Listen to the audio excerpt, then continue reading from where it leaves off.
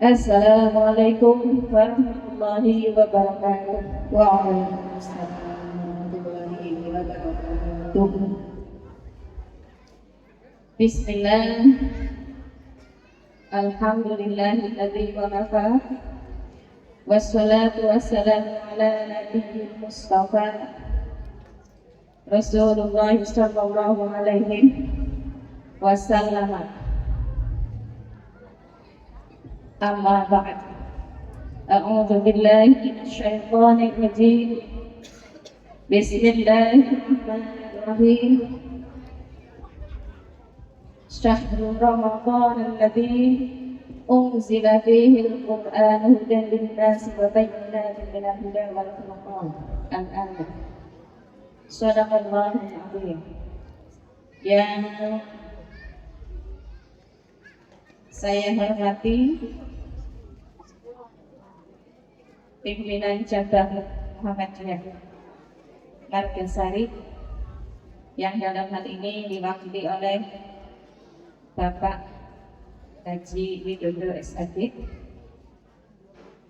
yang saya hormati pula Ibunda Aisyah, Ibu Hajah Sri Harmoni SPD,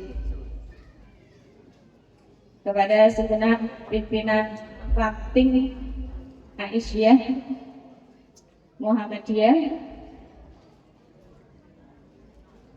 pimpinan Ranting NA, yang dari pimpinan Ranting Aisyah secabang Makassar ini, berarti pimpinan Ranting Nasyatul Aisyah Bukasari,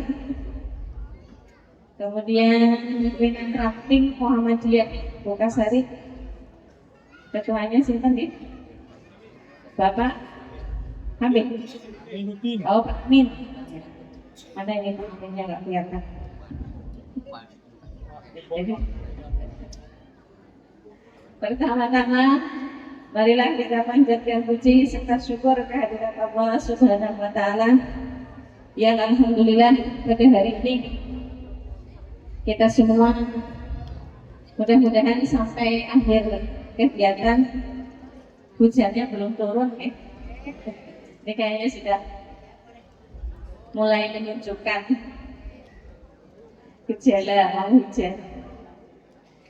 Alhamdulillah pada hari ini kita semua bisa berkumpul dalam kegiatan pengajian perdana, pengajian Ahad Bage, pimpinan Ranting Aisyah dan anggota Kecamatan Margasari. Shalawat serta salam mudah-mudahan terlimpahkan selalu kepada Nabi kita Rasulullah Muhammad Sallallahu Alaihi Wasallam. Bapak dan Ibu yang saya hormati, karena ini momennya masih di bulan Syawal, ketika saya ditanya oleh pimpinan Ranting Aisyah Bukasari, Bu, temanya sih apa untuk kegiatan hari ini? Makanya saya kasih tema di belakang itu, Bapak Ibu. Coba sih di wawas ya, temanya apa hari ini?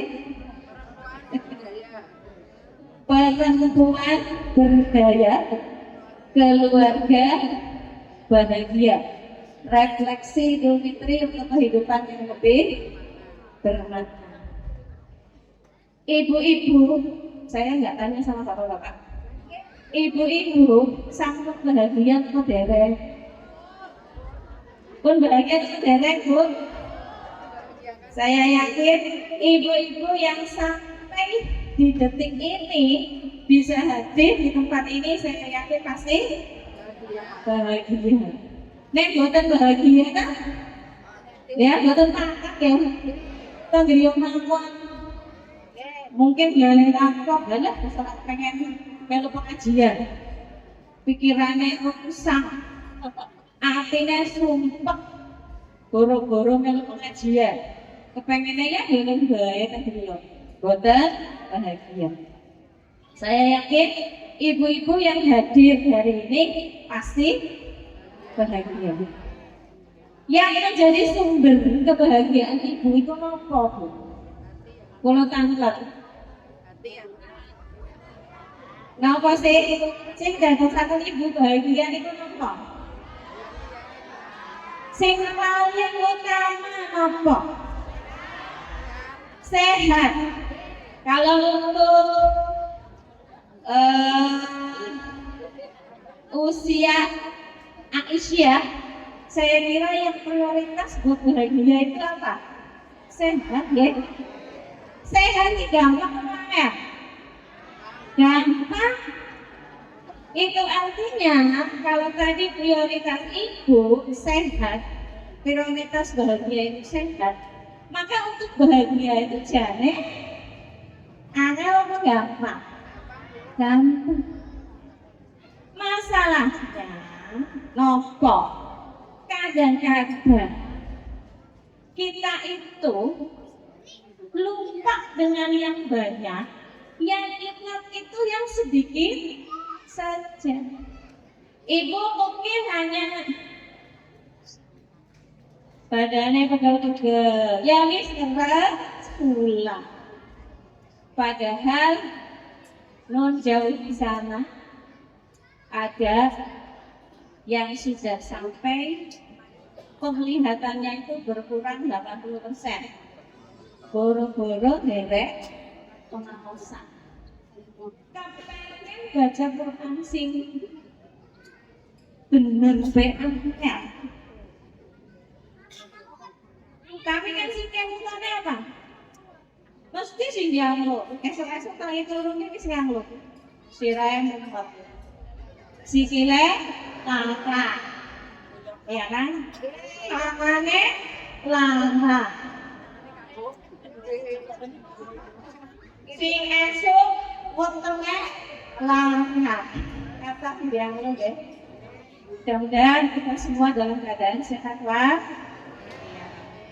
Kalau kita tidak fokus, nih, fokus itu kepada solusi, jangan fokus kepada masalah.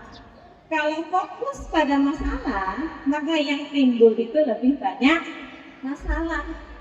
Tapi kalau fokusnya pada solusi, maka yang akan timbul itu adalah solusi.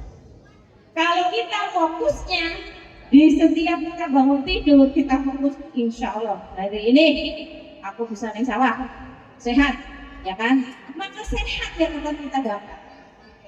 Tapi kalau Bapak Ibu bangun tidur, si kepikiran si lara, wetenge lara, si lara, pada jane, si gawe lara, kita kali dong, kita lakukan duit teh. Ini boten. Padahal mungkin kalau hari itu hanya sekedar untuk membeli ponggol harga Rp5.000 masih bisa. Kenapa salah? Karena yang dipikir duit 5 juta. Laras boten. Laras boten. Nih, ini masih baru masuk ke tanah. Barang uang berdaya keluarga bahagia. Maksudnya berdaya ini apa Bapak Ibu? Perempuan semakin manfaat untuk dirinya, manfaat untuk keluarga, itu berarti semakin berdaya.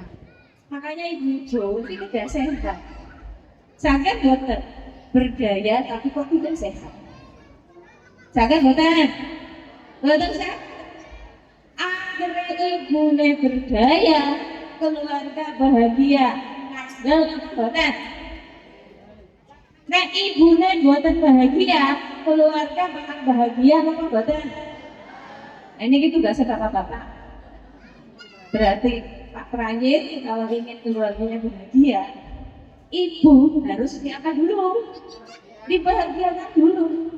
Supaya membuktikan keluarga yang tidak bahagia karena suami tidak membahagiakan istri. Setuju apa buatan ini bapak-bapak? Setuju apa buatan Pak? Setuju dengan apa sob? Setuju.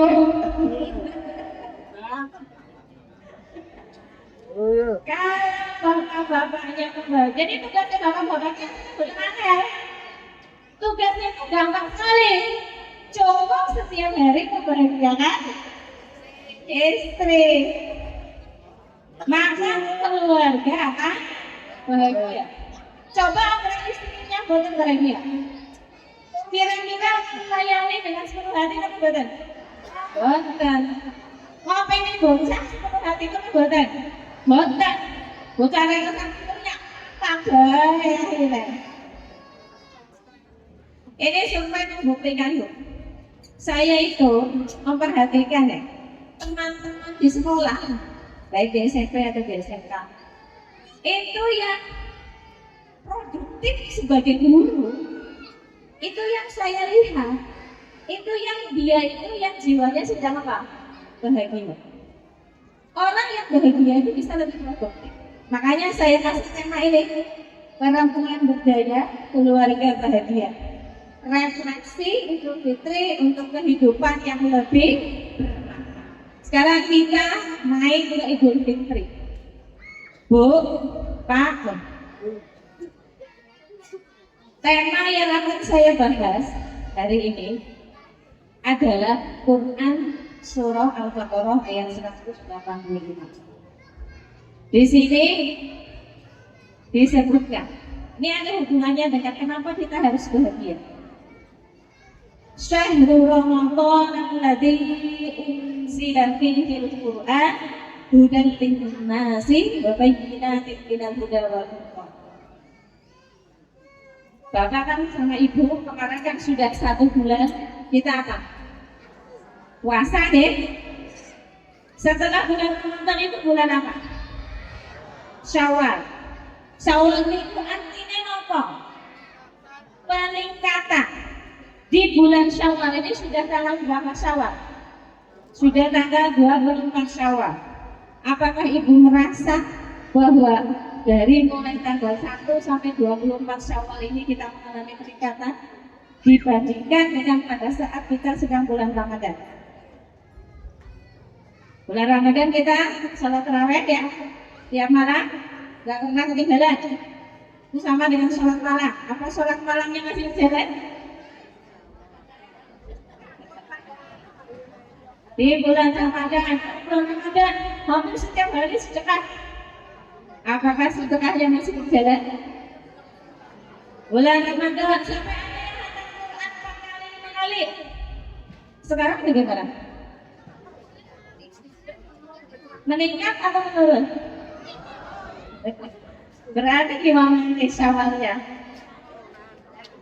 Nah ini Syahrul Ramadan alladzi unzila fihi al-Qur'an. Kenapa Bapak Ibu? Bulan Ramadan itu istimewa. Karena apa? Satu, ini kelebihan. Ini materi ini sudah pernah saya sampaikan di pengajian dengan Cabang Asia Malaysia. Margasari. Ini saya sampaikan yang Asia. Kenapa di bulan Ramadan itu istimewa? Satu, unzila fihi al-Qur'an. Karena di bulan Ramadan ini satu apa tadi?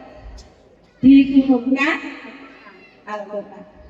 Meskipun buatan satu diturunkannya, tapi ayat yang pertama kali diturunkan yaitu Quran surah Al-Falaq ayat 1 sampai 5 diturunkannya di bulan Ramadan. Ini cerita Quran. Kalau kita baca Al-Quran kajian di bulan Ramadan, seperti itu apakah hanya untuk di bulan Ramadan saja? Dan Bapak Ibu, yang terpenting, jadi bulan Ramadan itu kita lagi sekolah di bulan Ramadan ya, dengan melaksanakan kegiatan kebiasaan. Tapi intinya bulan Ramadan itu harus berefek kepada 11 bulan setelahnya. Kenapa setelah Ramadan itu disebut bulan Syawal? Paham nggak Bapak ini? Kita kan 1 tahun ada berapa bulan? Ada 12 bulan. Kita latihan di bulan apa? Ramadan. Tujuannya apa hanya untuk bulan Ramadan saja? Betul. Justru tujuannya supaya ada peningkatan di 11 bulan selain bulan Ramadan. Jadi kalau di selain bulan Ramadan masih melakukan pelanggaran hukum Islam, masih suka main, masih suka mabok, masih suka judi, masih melakukan kegiatan-kegiatan yang diharapkan, itu berarti puasanya derek pas.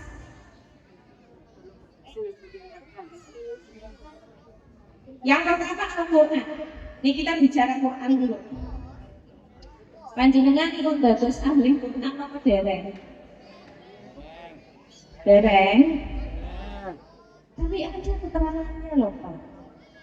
Bahwa apa? Ini kan disebutkan bahwa apa? Kita itu nih umat Islam, umatnya siapa? Muhammad itu mewaris diwarisi oleh Gusti Allah itu apa? Quran. Oleh karena itu kita itu ahli Quran. Cuman ahli Quran itu wonten tingkatannya. Ada 3 tingkatan menurut keterangan. Yang pertama level dasar qiraah. Jadi yang pertama apa? Qiraah. Qiraah itu berarti membaca.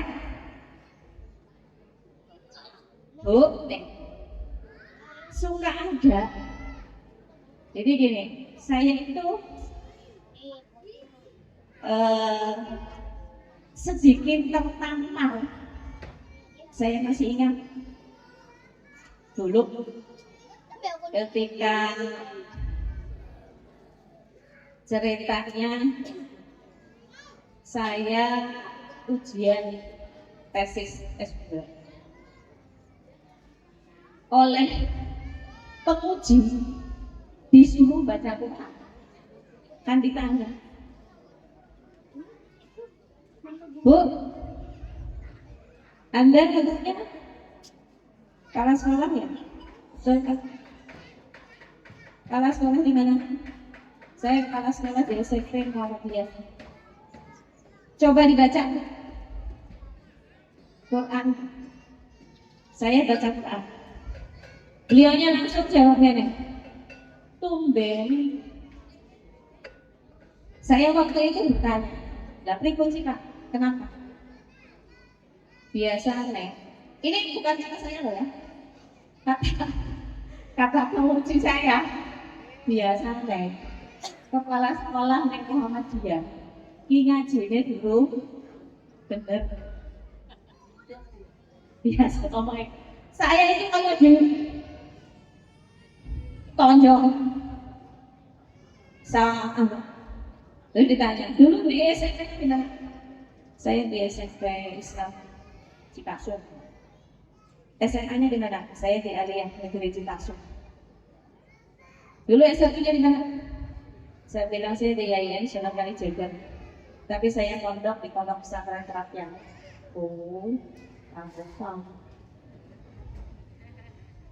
Tapi saya, jadi akhirnya gini, saya itu sampai dulu itu di rumah pernah ada anak-anak yang sengaja ngaji datang ke mana? Ke rumah. Nah ini yang harus kita tingkatkan setelah di bulan apa? Ramadan. Jadi ada 3 kategori. Yang pertama qiraah. Qiraah itu membaca. Membaca itu ada 2 kategori. Yang pertama yang baru bisa belajar baca. Kemudian yang kedua, bacanya sudah benar. Al-Quran bukan Al-Quran. Meskipun baru belajar baca. Ini ada ayat Al-Qurannya gini. Ini hadis muttafaqun alaih.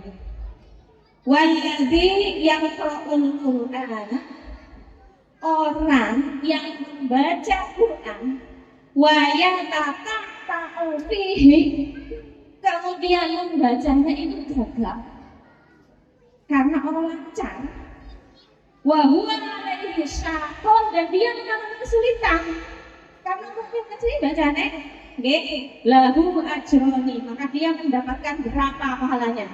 2. Oleh karena itu ini sebagai motivasi untuk kita nggih harus ditarget, ada manhajnya, ada kurikulumnya. Pokoknya bulan Syawal ini, ya kan? Bulan Syawal ini dan bulan depan, pokoknya saat gurunya ibadah haji, saya harus bisa membaca Quran dengan lancar. Nek mboten, ya terus sinau. Memang betul Bu, kalau tidak dari awal, tidak dari sejak kecil, mau apa ya? Munina huruf itu apa? Angel. Tapi buat apa-apa. Ibu terus belajar, terus belajar, terus belajar. Karena ketika ibu belajar, ibu dapat berapa pahalanya? 2. 1 pahala belajarnya, 1 pahala membaca. Jadi jangan biarkan ngapunten kesempatan kita untuk belajar selesai tanpa kita ada usaha untuk belajar. Oleh karena itu mungkin perlu dibiasakan kalau ada kegiatan pengajian kita di ranting, itu diawali dengan membaca Al-Quran.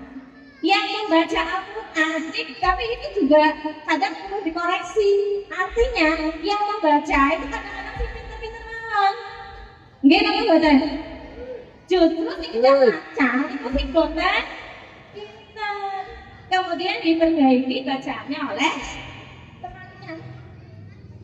Jadi itu yang pertama tingkatan ahlul Quran itu adalah qiraah. Qiraah itu ada 2. Yang pertama yang baru belajar membaca, kemudian yang kedua sudah bisa membaca dengan lancar.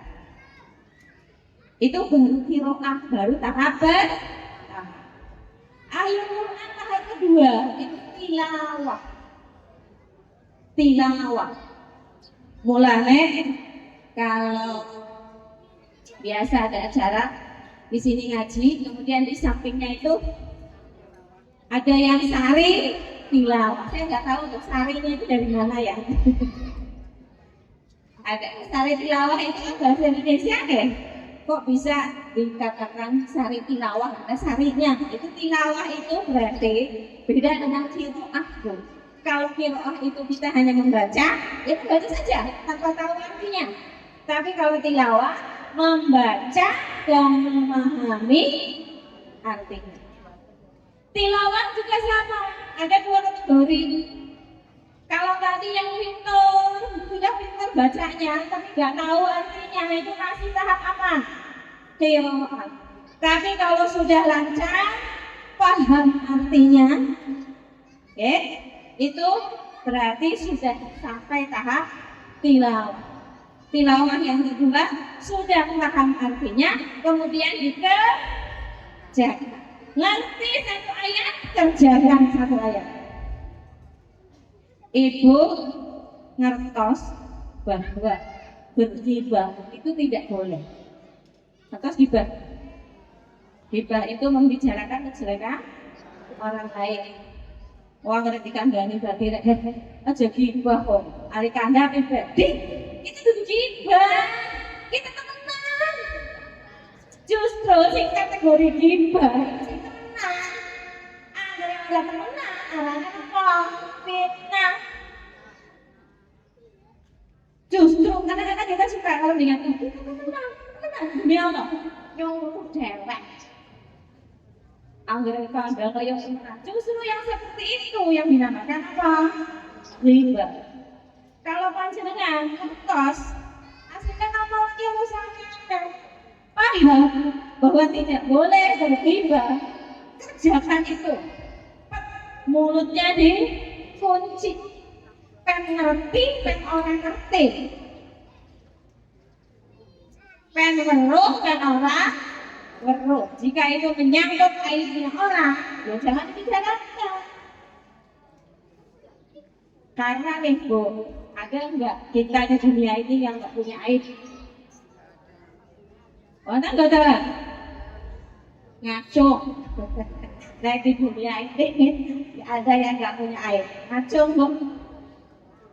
Kalau sampai hari ini orang enggak ada yang tahu aib kita, itu karena apa? Karena Allah yang menutupinya. Begitu kan? Man satara musliman satarahullahu yauman qiyamah. Barang siapa yang menutup aib saudaranya sesama muslim, maka pasti Allah akan menutup aibnya. Jika ada satu hari tiba-tiba aib kita terbuka, itu mungkin atau tidak? Mungkin sekali. Banyak loh orang dulunya dihormati karena dia pejabat, tapi ketika Allah menginginkan aibnya terbuka, tidak ada yang bisa mencegah. Semuanya bisa terbuka, ngerti kabeh. Manusia ini diskusi medsos, ngerti siji, ngerti toh. Supaya itu tidak terjadi. Ketika ada saudara kita sama muslim memiliki aib kita apa sih jane? Pokoknya Bapak Ibu, sakabehane sing diumpetna ora kepengin batire weruh, lha kayane aib. Apa saja. Nah, kalau tingkatan yang kedua tadi tilawah, ya kan? Tingkatan yang kedua tadi tilawah. Berarti apa? Sudah ngaji nepun benar, makhrijul huruf dan apanya? Dan tajwidnya paham apa nih? Artinya meskipun panjenengan baru tahunya sedikit, tapi yang sedikit itu diamalkan. Betul-betul dipedomani dalam kehidupan sehari-hari. Kalau ada ayat Al-Quran, "Mayyattaqillah yaj'al lahu makhraja." Barang siapa yang bertakwa kepada Allah, maka Allah pasti akan memberikan jalan keluar. Wa yarzuqhu min haitsu la yahtasib, dan memberikan rezeki dari manapun asalnya.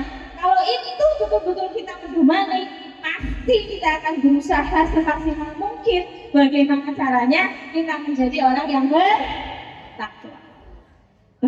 Takwa ini arti dasarnya itu takut, karena memang awalnya level dasar dari takwa itu adalah takut maring sinta, maring Gusti Allah. Pedagang wedi, barangkali dia tidak jujur dalam hal timbangan misalnya. Takutnya itu mendorong dia menjadi orang yang bertakwa. Guru wedi korupsi waktu wayahe ulang maneh katin bocah gendut ana tiba-tiba jedot kene kejedot apa meja, ya kan, digoleti guru nanti lagi dahar katin. Kalau dia merasa takut bahwa tidak ada waktu yang bisa kembali, tidak ada waktu yang bisa kembali dan menebus waktu yang dia tinggalkan, dengan takut itu maka dia akan berusaha menjadi guru yang bertakwa. Ibu rumah tangga, ibu rumah tangga sih takwanya kayak apa Bu? Taat kepada suami. Sekarang itu taat kepada suami tidak pernah angel. Gampang. Akhirnya suaminya duta akhirnya gampang ya. Gampang apanya? Misalnya diuji kan ibadah yang terpanjang itu apa? Ibadah yang terpanjang itu apa? Apa Apa sih Pak? Rumah tangga, benar. Ibadah terpanjang, terlama, dan terberat itu adalah apa? Rumah tangga. Sholat coba, sholat satu waktu itu paling berapa rakaat? 4 rakaat paling akeh ya? 3 menit, 5 menit. Pokoknya yang mulai duluan mantan panjang. Karena masalah kehidupan akeh, dengan akeh, paling dia 10 menit ya. Tapi coba ujian ibadah. Rumah tangga itu ibadah badan. Ibadah terpanjang dan itu nisful iman. Menikah, hanya ini yang masih belum menikah. Menikah itu adalah setengahnya ibadah, setengahnya agama. Kalau yang setengahnya itu sudah bagus, panjenengan tinggal memperbagusi yang setengahnya di bab-bab yang lain. Makanya kalau ada imam, yang satu sudah menikah, yang satu belum, kemudian potensi baca Al-Qur'annya sama bagusnya, ilmunya sama bagusnya, tapi yang satu sudah menikah, yang satu belum. Yang berhak untuk menjadi imam adalah yang sudah. Karena berarti dia sudah punya apa? Setengah dari agama.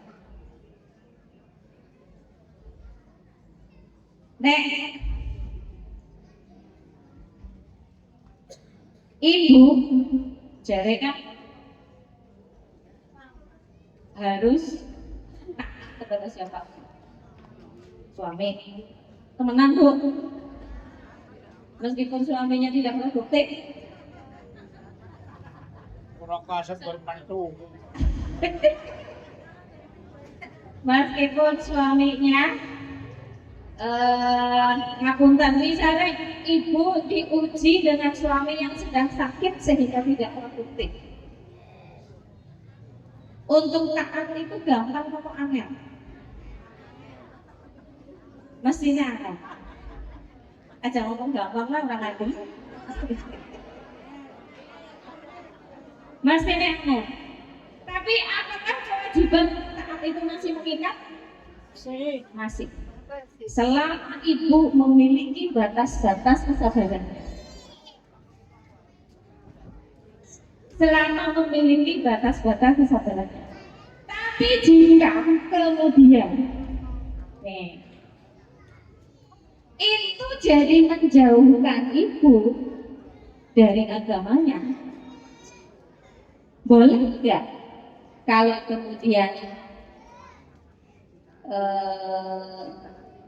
ini agak sensitif ya.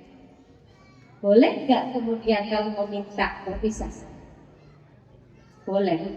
Tapi kalau tidak, maka ibu memiliki pahala yang besar. Karena apa? Rezeki kadang-kadang itu dititipkan. Karena ini jadi pembantu harus sombong. Iya betul. Ibu penghasilannya lebih besar. Kebenarannya ibu itu sehat. Si oleh duit satu dinar.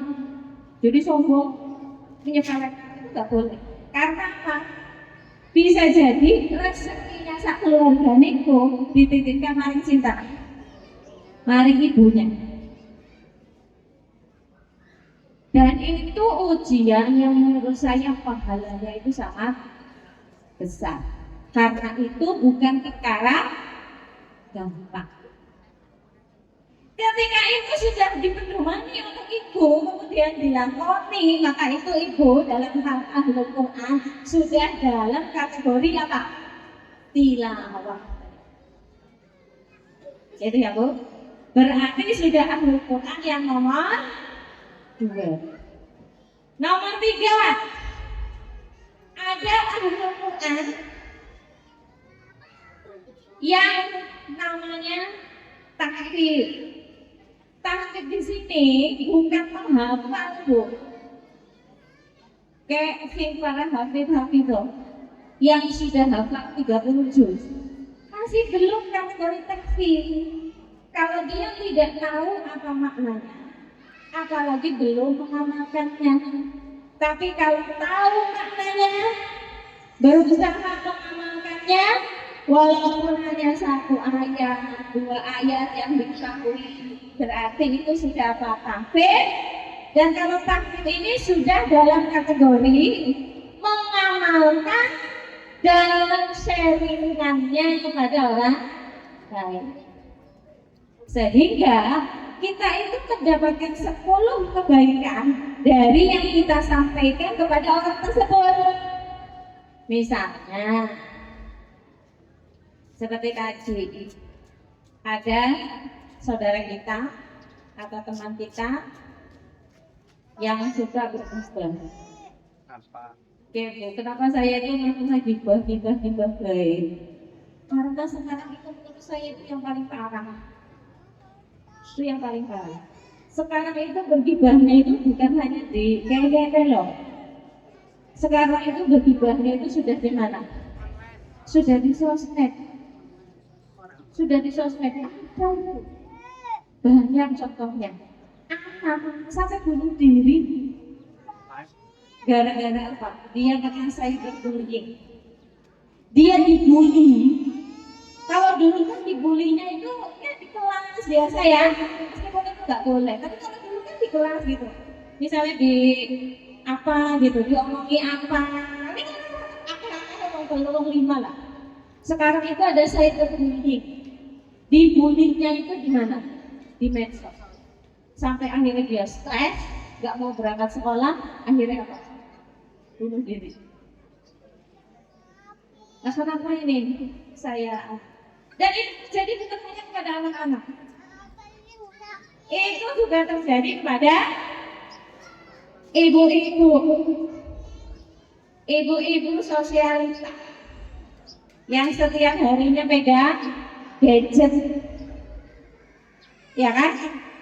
Pegang gadget itu bukan untuk online shop misalnya, tapi pegang gadget untuk ngintip IG-nya temannya, kemudian ikut komen yang enggak, kemudian di tag, di share lagi di akun miliknya sendiri, sehingga itu jadi cepat sekali tersebar.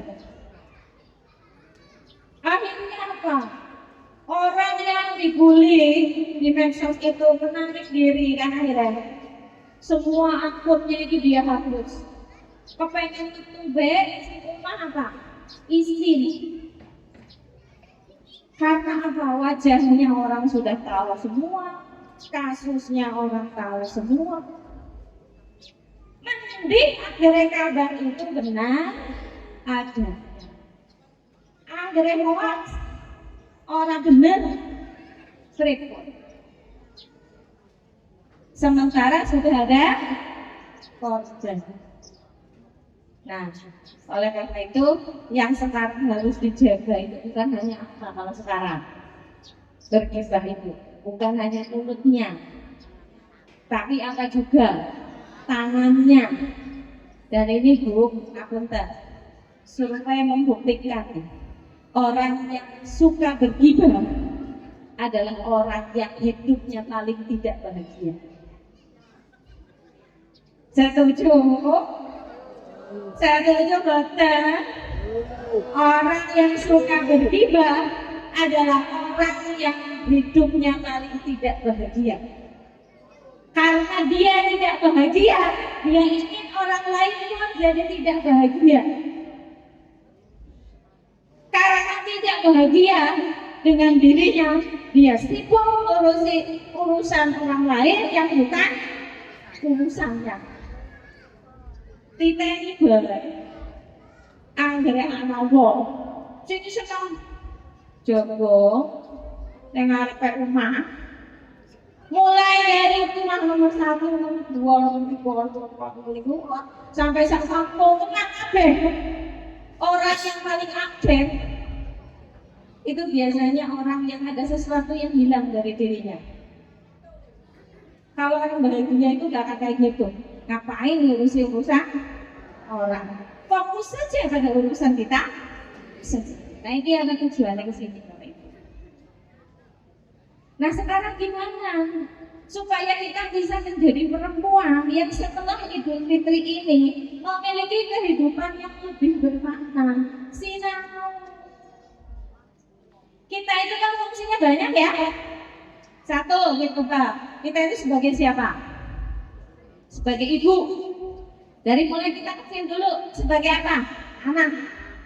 Kita punya orang tua, kita punya mertua. Awas ya, orang tua dengan mertua itu posisinya sama. Biasanya mertua wadon ora akur karo mantu wadon. Mertua lanang ora akur karo mantu lanang. Boten alasan. Mertua iki ya wong tua. Kita sebagai anak, kita sebagai ibu, kita sebagai istri, kita sebagai menantu, kita sebagai tetangga, kita sebagai adik, kita sebagai kakak secara profesional, kita sebagai petani, kita sebagai guru, kita sebagai pegawai pemerintahan, kita sebagai pegawai swasta.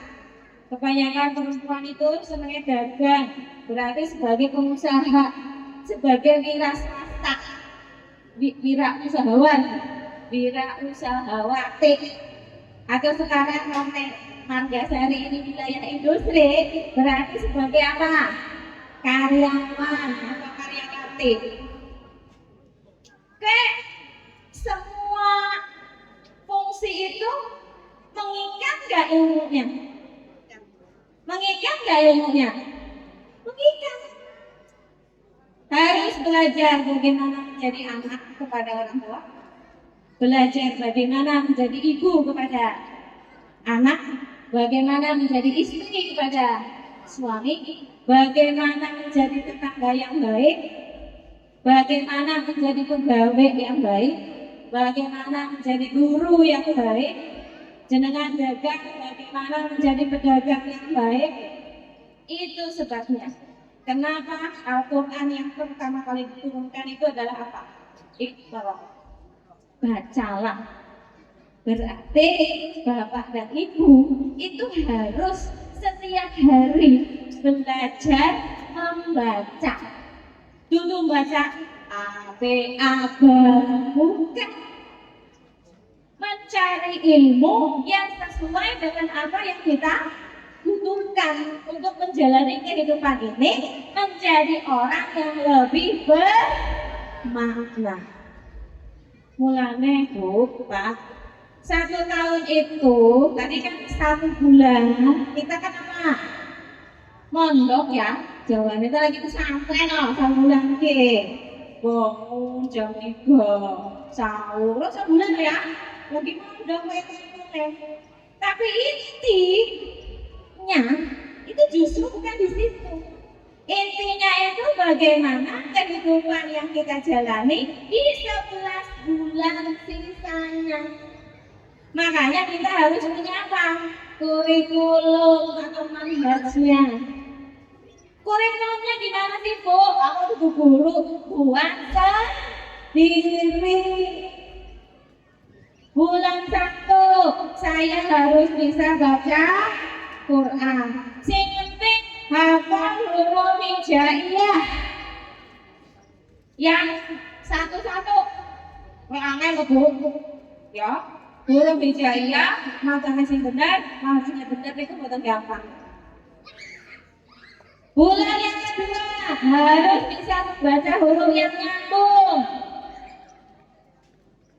Kalau makhorijul hurufnya tajwidnya tulis. Bulan ketiga saya harus bisa baca Quran dengan makhraj ya benar. Ya Bu, kalau itu mau kasih supaya lebih mudah, itu jangan dari belakang, tasinnya dari depan. Dari Quran surah Al-Fatihah, kemudian Quran surah Al-Baqarah. Ya Bu, semua huruf kalau pengen dipelajari itu semuanya sinaune anggere ibu wis bener maca Quran dengan makhraj dan tajwid yang benar dari ayat 1 Quran surah Al-Baqarah sampai sampai ayat 71. Ket ayat 71 maka ibu buka. Ayat paling akal liwatane. Anggra itu sudah bisa membaca ayat 1 sampai ayat 71 ini dengan baik dan benar, makhrajnya benar, tajwidnya benar, maka tak belum Quran mesti macane bakal benar. Bolak-balik baik target 3 bulan saya harus bisa pas macane mulai Al-Fatihah, Quran surah Al-Baqarah ayat 1 sampai Al-Baqarah ayat 71. Bahkan itu dulu nggak tahu saya Pak Prayit masih ingat apa enggak ini. Dulu di SMP Aktin itu pernah kedatangan dari pimpinan pusat terkait metode mulaku mudah belajar Al-Quran. Itu hanya Quran surah Al-Baqarah saja. Karena ternyata semua makna sebelum surat kue ini kalau mau tilawah ya, itu semua artinya, kata-katanya itu terrepresentasikan dalam Quran surah Al-Baqarah. Ada perkataan surah Al-Baqarah dengan pun saja, maka sebelum surat gue mesti paham artinya. Tadi kalau taksin ayat 1 surah Al-Baqarah sampai berapa Bu? 71. Diurut jangan terus. Kalau yang maknanya, arti kata perkataannya, biasanya Muhammadiyah ini masih berjalan. Alhamdulillah segala puji bagi Allah terus. Ar-Rahmani yang Maha Pengasih, Ar-Rahimi yang Maha Penyayang. Alhamdulillah segala puji bagi Allah terus. Itu ada 10 lembar di Quran surah Al-Baqarah. Ada bukunya namanya Mulaku. Kalau tahu artinya di Quran surah Al-Baqarah itu, maka tak beruntung Al-Quran ini mesti panjenengan apa? Ngerti artinya, karena semua kata-katanya ada di situ. Itu kalau tilawah ya, Bu. Tadi yang ketiganya apa? Takfir. Nah, tadi kenapa kok bulan Ramadan itu bulan yang istimewa?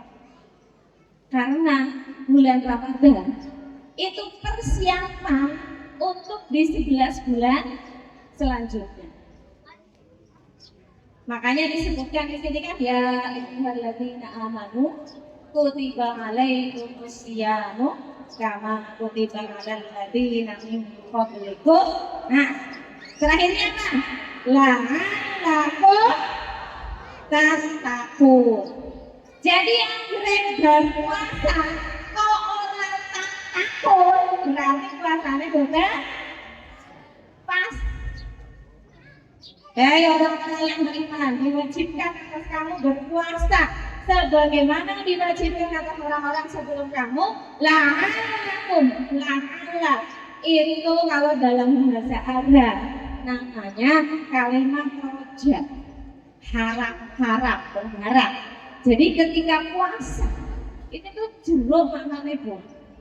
Ya itu tadi namanya hei orang-orang yang beriman. Kalau dalam bahasa Arab menyeru dengan kata ya. Hei itu ada 2 kategori. Biasanya panjenengan akan punya bacanya hei.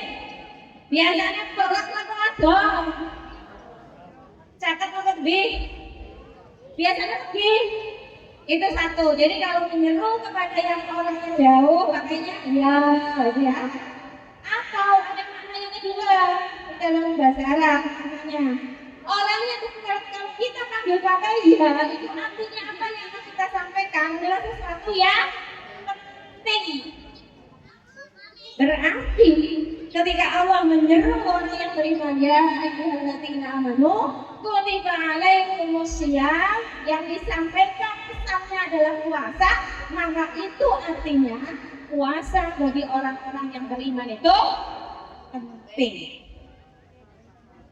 Kama kutiba alal ladzina min qablikum, sebagaimana engkau dan sebagaimana telah diwajibkan pada kaum yang sebelum kamu. Itu artinya bahwa puasa itu bukan hanya untuk umat Islam. Zaman dulu puasa juga digunakan oleh orang Yahudi terkait agamanya masing-masing. Itu supaya itu dianggap bukan sesuatu yang sulit. Tujuannya la'allakum tattaqun. Semoga saja dengan berpuasa itu kamu menjadi orang yang bertakwa. Kalau sudah puasa seperti sudah puasa tanggal 13, 14, 15, gitu. Apalagi sudah puasa Daud, sehari puasa, sehari batal. Kok tidak tahu? Seperti kalau Gusti Allah, berarti puasanya masih dipertanyakan. Nah ini itu ya, itu. Nah, kemudian yang terakhir, sampai jam berapa sih ya?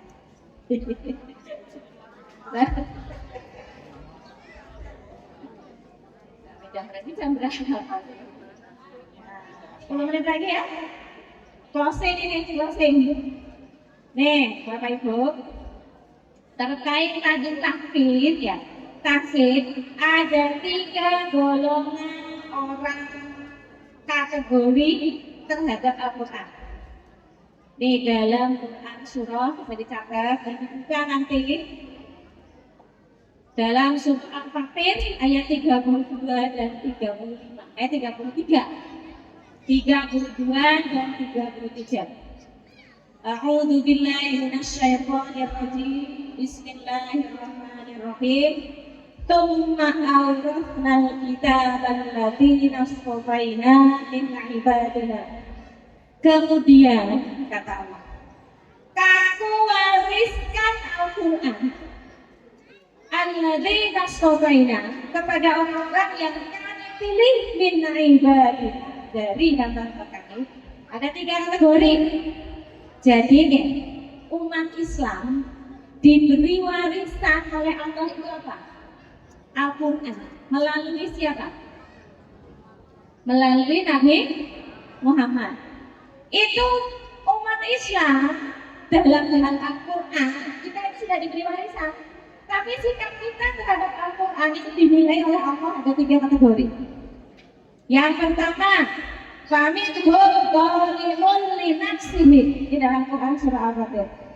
Maka di antara mereka itu ada yang zalimun li nafsihi, ada yang boleh kepada dirinya sendiri. Itu golongan yang pertama. Golongan yang kedua, wa minhum muqtasid. Golongan yang kedua itu golongan muqtasid. Ini muqtasid kayak apa? Nanti saya jelaskan. Yang ketiga, wa minhum sabiqun bil khairati biiznillah. Golongan yang ketiga yang sabiqun bil khairat. Tadi yang pertama Bu, ini diterangkan dalam hadis yang diriwayatkan oleh Ahmad dari Abu Darda. Fa'ammal ladzina sabaqu bil khairat fa ulaika alladzina yadkhuluna jannah. Tadi kategori yang ketiga jannah. Alhamdulillah. Dan ada orang yang sabiquna, tadi yang pertama dzalimun li nafsihi ya Bu. Yang zalim oleh dirinya sendiri itu yang seperti apa? Dia itu melaksanakan kewajiban sholat 5 waktu, benar, 17 rakaat sehari, tetapi masih suka melakukan kemungkaran. Masih suka melakukan kemungkaran, itu dzalimun li nafsihi. Kemudian yang kedua, golongan muqtasid. Golongan muqtasid itu golongan suka dia melakukan kewajiban, tetapi orang senang yang sunnah-sunnah. Dia menghindari yang haram-haram, tapi masih melaksanakan yang makruh. Itu yang kedua, muqtasid. Apunten iki bapak-bapak, sholat dan sebagainya, tapi ngerokok sing makruh wis iku bengi. Ini golongan pintar. Nomor kali, golongan apa? Muqtasid. Golongan yang ketiga, sabiqun bil khairat, yang berlomba-lomba menuju pada kebaikan. Ini golongan yang ketiga. Sekali lagi Bu, golongan pertama apa? Dzalimun li nafsihi, menzalimi diri sendiri. Yang kedua golongan muqtasid. Golongan yang zalim pada diri sendiri itu tadi apa? Melaksanakan kewajiban tapi masih mengerjakan ya haram, ya kan? Yang muktasid melaksanakan kewajiban tapi nggak suka sunah-sunah. Menghindari yang haram tapi masih mengerjakan yang makruh. Yang ketiga, sabiqun bil khairat. Nah ini sih benar. Sabiqun bil khairat. Mungkaran dijauhi, yang makruh apalagi? Ya kan? Kemudian sunnahnya iya, yang wajib apalagi? Gitu ya. Nah, nih. Fa'aman ladina sabaqu bil khairat. Tadi yang golongan ketiga. Sabiqun bil khairat. Faulaika ladina yadkhuluna jannah bighairi hisab. Maka golongan yang ketiga akan masuk ke surga tanpa hisab. Golongan yang kedua, muqtasid. Fa'amal ladina tasaddu faulaika ladina yuhasabuna hisaban yasira. Dia tetap dihisab, tetapi hisabnya mudah. Yang kedua tadi, melaksanakan kewajiban, menjauhi yang haram, tapi senang melakukan isi makruh, tetap dihisab, tapi hisabnya mudah. Yang ketiga, apa tadi? Wa amal ladina zalamu anfusahum, yang boleh pada dirinya sendiri. Wa ulaika ladina yubasuna fi dzalikal makan. Dihisab dulu. Hatta yusibuhum al-azab. Sampai sedih banget. Dihisab sampai di sana itu tengok. Ya kan? Kayak ulul jannah baru surga. Itu ya. Jadi ada yang tanpa hisab, ada yang tetap dihisab tapi hisabnya mudah. Ada yang dihisab sampai sedih banget. Ya, sampai berdarah-darah dan kemudian surga. Dari saya, karena sudah hujan. Masih itu ibu ke sana. Dari saya ini cukupkan sekian. Mohon maaf yang sebesar-besarnya nih Bapak Ibu. Barangkali ada kata yang salah. Saya tidak bermaksud untuk menyinggung siapapun. Saya hanya menyampaikan yang disampaikan di dalam Al-Quran. Quran surah Al-Baqarah ayat 155 dan Quran surah Al-Fatir ayat 32 dan 33. Semoga kita semua bahagia, ya. Supaya keluarga kita bahagia, supaya kita bisa menjadi perempuan yang hidupnya lebih bermakna. Assalamualaikum warahmatullahi wabarakatuh. Waalaikumsalam. Terima kasih disampaikan. Alhamdulillah telah sama-sama kita dengarkan tausiah. Semoga menjadi istirahat buat kita semua. Semoga apa yang beliau sampaikan akan menjadi ilmu manfaat dan dapat diamalkan oleh kita semuanya. Bapak Ibu yang dimuliakan Allah, demikian acara pengajian kita hari ini. Kami ucapkan terima kasih atas kehadirannya dan perhatiannya. Semoga Allah mencatat amal perbuatan kita pada hari ini sebagai amal kebaikan yang membolehkan banyak kebaikan yang diucapkan oleh Allah. Saya selaku pembawa acara. Apabila terdapat kekurangan serta kata yang orang beriman di hati Bapak Ibu, semuanya kami mohon maaf yang sebesar-besarnya. Mudah-mudahan diberikan itu maaf yang seluas-luasnya. Kita semua bertemu kembali pada pertemuan AHGG berikutnya. Pertemuan AHGG berikutnya pada Paku Laut yang tadinya Marga Ayu, karena Marga Ayu anggotanya sedang melakukan ibadah kurang sehat, dialihkan pada ranting Paku Laut. Pertemuan AHGG berikutnya pada ranting Paku Laut.